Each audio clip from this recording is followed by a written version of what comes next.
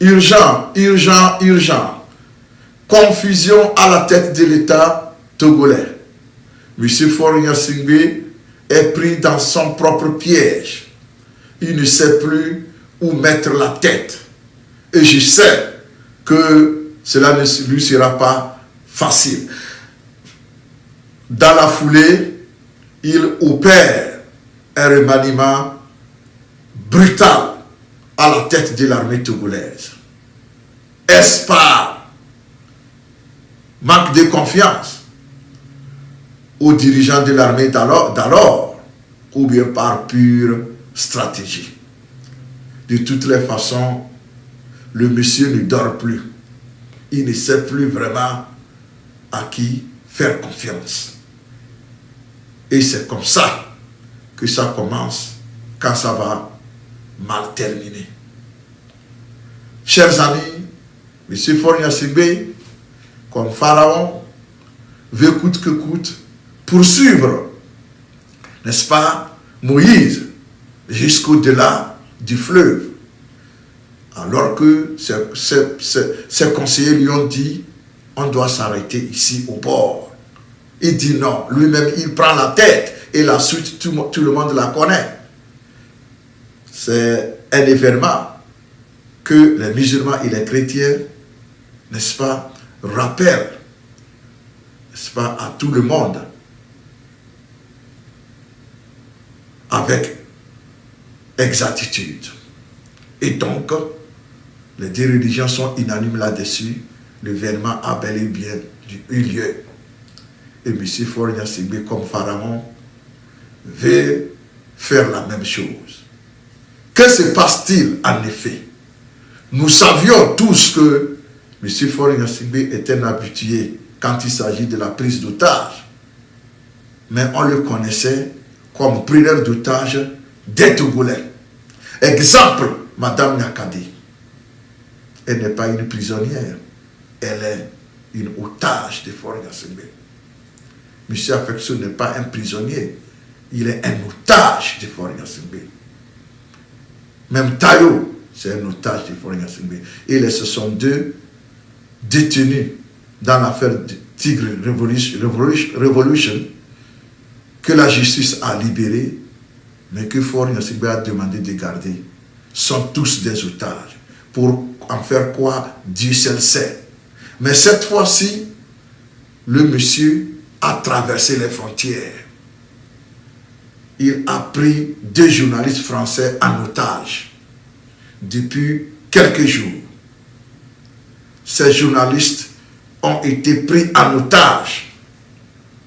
Et cette fois-ci, M. Faure Gnassingbé ne cache pas la rançon qu'il demande. Devinez, cette fois-ci, M. Faure Gnassingbé ne cache pas la rançon qu'il demande. Et cette rançon, c'est Ferdinand Haïté, notre journaliste, notre cher journaliste. M. Faure Gnassingbé pense pouvoir obtenir l'extradition de M. Haïté au Togo en échange de la libération des otages, des 2 journalistes qu'il a fait prendre en otage. M. Faure Gnassingbé, est-ce que vous allez vous en sortir? Point d'interrogation. Est-ce que vous allez vous en sortir? Point d'interrogation. Une 3e fois. Est-ce que vous allez vous en sortir? Point d'interrogation. Dans la vie, il y a des actes qu'on pose. Lorsqu'on pense qu'on est plus fort, l'orgueil aidant. Je pense qu'aujourd'hui, M. Faure Gnassingbé a atteint le degré de l'orgueil que les Grecs appellent hubris. Le 13 janvier 1963, à 2 h du matin. Lomé, Togo, un coup de feu déchire la nuit. Le premier président du Togo, Sylvanus Olympio, s'effondre, à quelques mètres de l'ambassade américaine, où il cherchait refuge. Qui a appuyé sur la gâchette? Gnassingbé Eyadema, celui qui l'a affirmé, puis nié? Un sous-officier français de la garde présidentielle? Ou une puissance étrangère qui voulait sa mort? 60 ans après, la vérité est enfin dans vos mains. Ce livre, tiré d'archives post-coloniales togolaises, révèle ce que l'histoire officielle a soigneusement caché. Les vrais commanditaires de l'assassinat d'Olympio l'a montée au pouvoir de la dynastie Gnassingbé. Les complicités étrangères jamais assumées, les secrets enfouis depuis plus de 60 ans, ne laissez pas l'histoire vous être volée. Le lien est juste en dessous de cette vidéo, cliquez, téléchargez, et découvrez la vérité. Le Merta, surtout le peuple togolais, c'est l'une des voix qui révèle ce que M. Faure Gnassingbé ne veut pas que le monde sache sur le Togo. Voilà tout le crime qu'il a commis. Voilà tout le crime qu'a commis Ferdinand. Et donc, aller jusqu'à prendre des otages pour obtenir l'extradition de quelqu'un qui n'est pas un criminel, ça veut dire que M. Faure Gnassingbé a franchi le Rubicon. Il a franchi tout. Mais j'ai dit à M. Faure Gnassingbé que le fleuve là, comme Pharaon, il ne va pas le traverser. C'est moi qui vous le dis. Il ne pourra pas traverser le fleuve. Il sera obligé soit de battre en retraite ou bien de se faire noyer. Là, on verra comment ça va finir. Mais pour ma part, je sais que M. Faure Gnassingbé, vous n'obtiendrez jamais l'extradition de M. Ferdinand. M. Adjouvi, vous vous livrez à ce jeu-là, mais vous aussi vous dites français. Est-ce que vous pourrez encore aller en France avec ce comportement-là? Mais ça ne va pas. Vous êtes téméraire. Alors, pour notre part, nous venons ici lancer cet appel à toutes les personnes qui pensent que les droits de l'homme doivent être défendus, à tout Togolais, à tout TikToker togolais, tout journaliste, à tous ceux-là dont les voix portent loin, l'heure est arrivée pour que nous puissions ensemble prendre la parole à notre niveau, à quelque niveau que ce soit, quel que soit notre niveau d'influence, et de dénoncer cette nouvelle machination cruelle. Nous avons le devoir de la dénoncer. Parce que nous taire, c'est comme si nous sommes des complices. Nous savons que la France, étant un état de droit, ne va jamais, n'est-ce pas, céder aux pressions de ce régime criminel. Mais faisons notre travail quand même. Dénonçons ce dictateur pour que le monde qui ne le connaît pas encore puisse le connaître davantage. C'est très important. Ne dormons plus. Que chacun ouvre sa caméra, qu'il commence par dénoncer ces dictateurs. Trop, c'est trop. On va où là? Quant à l'armée togolaise, vous voyez, ils vous utilisent. Ils t'utilisent comme, c'est pas, des objets. Ils vous utilisent comme des objets. Alahare était nommé chef d'état-major, ça ne fait même pas 2 ans. J'avais fait une vidéo par rapport à cela. Ça ne fait pas 2 ans. Alors, il sait que quel que soit comment il va vous traiter, vous ne ferez rien. C'est pourquoi il se le permet. Alors, je vous dis, est-ce que vous voulez rentrer dans l'histoire tête baissée ou tête haute? C'est à vous de choisir. Quant au peuple togolais, si l'arrêt de la Cour de justice de la CEDEAO ne te motive pas, ne t'incite pas à rentrer dans la danse cette fois-ci, c'est que toi-même tu es auteur de tout ce qui t'arrive. Quant à M. Ferdinand, je vais dire, rien ne t'arrivera. Rien du tout ne t'arrivera. Parce que jamais le mensonge a triomphé de la vérité. Jamais. Quant à Faure Gnassingbé, écoutez-moi ici. Vous n'aurez pas la peau de Ferdinand. Je dis Faure Gnassingbé, vous n'aurez pas la peau de Ferdinand. La dernière fois, Faure Gnassingbé, vous n'aurez pas la peau de Ferdinand. Vous pouvez aller, si ça ne vous plaît pas, allez rentrer dans une bouteille. C'est votre problème. Mais vous n'aurez pas sa peau. Je vous remercie. Urgent, urgent, urgent. Confusion à la tête de l'État togolais. M. Faure Gnassingbé est pris dans son propre piège. Il ne sait plus où mettre la tête. Et je sais que cela ne lui sera pas facile. Dans la foulée, il opère un remaniement brutal à la tête de l'armée togolaise. Est-ce par manque de confiance aux dirigeants de l'armée d'alors ou bien par pure stratégie? De toutes les façons, le monsieur ne dort plus. Il ne sait plus vraiment à qui faire confiance. Et c'est comme ça que ça commence quand ça va mal terminer. Chers amis, M. Faure Gnassingbé, comme Pharaon, veut coûte que coûte poursuivre, n'est-ce pas, Moïse, jusqu'au-delà du fleuve. Alors que ses conseillers lui ont dit, on doit s'arrêter ici au bord. Il dit non, lui-même il prend la tête et la suite tout le monde la connaît. C'est un événement que les musulmans et les chrétiens, n'est-ce pas, rappellent, n'est-ce pas, à tout le monde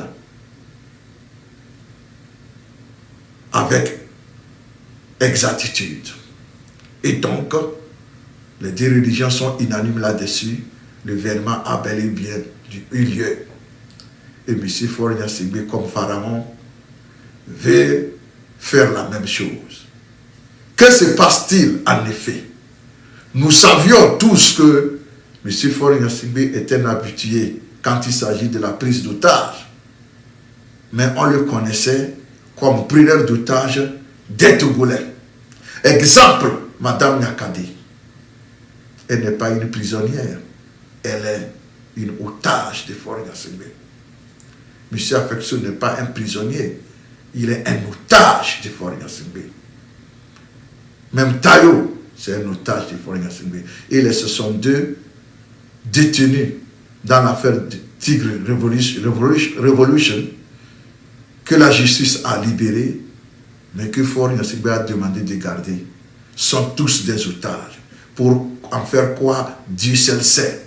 Mais cette fois-ci, le monsieur a traversé les frontières. Il a pris 2 journalistes français en otage depuis quelques jours. Ces journalistes ont été pris en otage.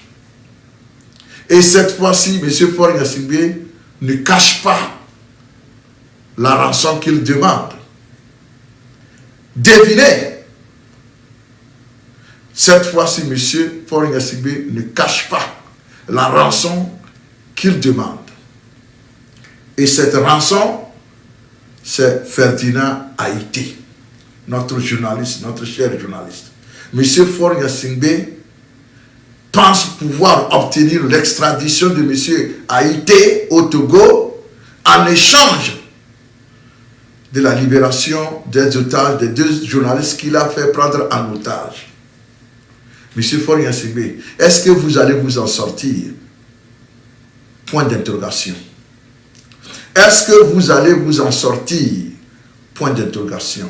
Une 3e fois. Est-ce que vous allez vous en sortir? Point d'interrogation. Dans la vie, il y a des actes qu'on pose. Lorsqu'on pense qu'on est plus fort, l'orgueil aidant. Je pense qu'aujourd'hui, M. Faure Gnassingbé a atteint le degré de l'orgueil que les Grecs appellent hubris. Cet orgueil démesuré qui, à coup sûr, conduit, n'est-ce pas, l'homme dans l'abîme et dans le trou. M. Faure Gnassingbé avance tout droit dans le trou parce que cette prise d'otage ne sera pas tolérée. Tout le monde savait qu'il prenait les Togolais en otage, mais cette fois-ci, il a traversé la frontière togolaise dans le seul et unique but, comme il a toujours fait, d'obtenir l'extradition de M. Ferdinand. Que fait Ferdinand? Ferdinand Haïté n'est pas un voleur. Il n'est pas un assassin. Il n'est pas un terreau. Il n'est pas un malfaiteur. Alors, pourquoi M. Faure s'acharne sur lui? Il s'acharne sur lui parce que, après avoir, c'est pas, imposé le merta sur tout le peuple togolais, c'est l'une des voies qui révèle ce que M. Faure Gnassingbé ne veut pas que le monde sache sur le Togo. Voilà tout le crime qu'il a commis. Voilà tout le crime qu'a commis Ferdinand. Et donc, aller jusqu'à prendre des otages pour obtenir l'extradition de quelqu'un qui n'est pas un criminel, ça veut dire que M. Faure Gnassingbé a franchi le Rubicon. Il a franchi tout. Mais j'ai dit à M. Faure Gnassingbé que le fleuve là, comme Pharaon, il ne va pas le traverser. C'est moi qui vous le dis. Il ne pourra pas traverser le fleuve. Il sera obligé soit de battre en retraite ou bien de se faire noyer. Là, on verra comment ça va finir. Mais pour ma part, je sais que M. Faure Gnassingbé, vous n'obtiendrez jamais l'extradition de M. Ferdinand. M. Adjouvi, vous vous livrez à ce jeu-là, mais vous aussi vous dites français. Est-ce que vous pourrez encore aller en France avec ce comportement-là? Mais ça ne va pas. Vous êtes téméraire. Alors, pour notre part, nous verrons ici lancer cet appel à toutes les personnes qui pensent que les droits de l'homme doivent être défendus. À tout Togolais, à tout TikToker togolais, tout journaliste, à tous ceux-là dont les voix portent loin, l'heure est arrivée pour que nous puissions ensemble prendre la parole à notre niveau, à quelque niveau que ce soit, quel que soit notre niveau d'influence, et de dénoncer cette nouvelle machination cruelle. Nous avons le devoir de la dénoncer. Parce que nous taire, c'est comme si nous sommes des complices. Nous savons que la France, étant un état de droit, ne va jamais, n'est-ce pas, céder aux pressions de ce régime criminel. Mais faisons notre travail quand même. Dénonçons ce dictateur pour que le monde qui ne le connaît pas encore puisse le connaître davantage. C'est très important. Ne dormons plus. Que chacun ouvre sa caméra, qu'il commence par dénoncer ces dictateurs. Trop, c'est trop. On va où là? Quant à l'armée togolaise, vous voyez, ils vous utilisent. Ils t'utilisent comme, c'est pas, des objets. Ils vous utilisent comme des objets. Alahare était nommé chef d'état-major, ça ne fait même pas 2 ans. J'avais fait une vidéo par rapport à cela. Ça ne fait pas 2 ans. Alors, il sait que quel que soit comment il va vous traiter, vous ne ferez rien. C'est pourquoi il se le permet. Alors, je vous dis, est-ce que vous voulez rentrer dans l'histoire tête baissée ou tête haute? C'est à vous de choisir. Quant au peuple togolais, si l'arrêt de la Cour de justice de la CEDEAO ne te motive pas, ne t'incite pas à rentrer dans la danse cette fois-ci, c'est que toi-même tu es auteur de tout ce qui t'arrive. Quant à M. Ferdinand, je vais dire, rien ne t'arrivera. Rien du tout ne t'arrivera. Parce que jamais le mensonge a triomphé de la vérité. Jamais. Quant à Faure Gnassingbé, écoutez-moi ici. Vous n'aurez pas la peau de Ferdinand. J'ai dit Faure Gnassingbé, vous n'aurez pas la peau de Ferdinand. La dernière fois, Faure Gnassingbé, vous n'aurez pas la peau de Ferdinand. Vous pouvez aller, si ça ne vous plaît pas, allez rentrer dans une bouteille. C'est votre problème. Mais vous n'aurez pas sa peau. Je vous remercie. Urgent, urgent, urgent. Confusion à la tête de l'État togolais. M. Faure Gnassingbé est pris dans son propre piège. Il ne sait plus où mettre la tête. Et je sais que cela ne lui sera pas facile. Dans la foulée, il opère un remaniement brutal à la tête de l'armée togolaise. Est-ce par manque de confiance aux dirigeants de l'armée d'alors ou bien par pure stratégie? De toutes les façons, le monsieur ne dort plus. Il ne sait plus vraiment à qui faire confiance. Et c'est comme ça que ça commence quand ça va mal terminer. Chers amis, M. Faure Gnassingbé, comme Pharaon, veut coûte que coûte poursuivre, n'est-ce pas, Moïse jusqu'au-delà du fleuve. Alors que ses conseillers lui ont dit, on doit s'arrêter ici au bord. Il dit non, lui-même il prend la tête et la suite tout le monde la connaît. C'est un événement que les musulmans et les chrétiens, n'est-ce pas, rappellent, n'est-ce pas, à tout le monde avec exactitude. Et donc, les deux religions sont unanimes là-dessus. L'événement a bel et bien eu lieu. Et M. Faure Gnassingbé, comme Pharaon, veut faire la même chose. Que se passe-t-il en effet? Nous savions tous que M. Faure Gnassingbé est un habitué quand il s'agit de la prise d'otages. Mais on le connaissait comme preneur d'otages des Togolais. Exemple, Madame Nyakadi. Elle n'est pas une prisonnière. Elle est une otage de Faure Gnassingbé. M. Afeksio n'est pas un prisonnier. Il est un otage de Faure Gnassingbé. Même Tayo, c'est un otage de Faure Gnassingbé. Et ce sont deux détenus dans l'affaire de Tigre Revolution que la justice a libérés, mais que Faure Gnassingbé a demandé de garder, sont tous des otages. Pour en faire quoi? Dieu seul sait. Mais cette fois-ci, le monsieur a traversé les frontières. Il a pris 2 journalistes français en otage depuis quelques jours. Ces journalistes ont été pris en otage. Et cette fois-ci, M. Faure Gnassingbé ne cache pas la rançon qu'il demande. Devinez, cette fois-ci, M. Faure Gnassingbé ne cache pas la rançon qu'il demande. Et cette rançon, c'est Ferdinand Haïté, notre journaliste, notre cher journaliste. M. Faure Gnassingbé pense pouvoir obtenir l'extradition de M. Haïté au Togo en échange de la libération des otages, des 2 journalistes qu'il a fait prendre en otage. M. Faure Gnassingbé, est-ce que vous allez vous en sortir? Point d'interrogation.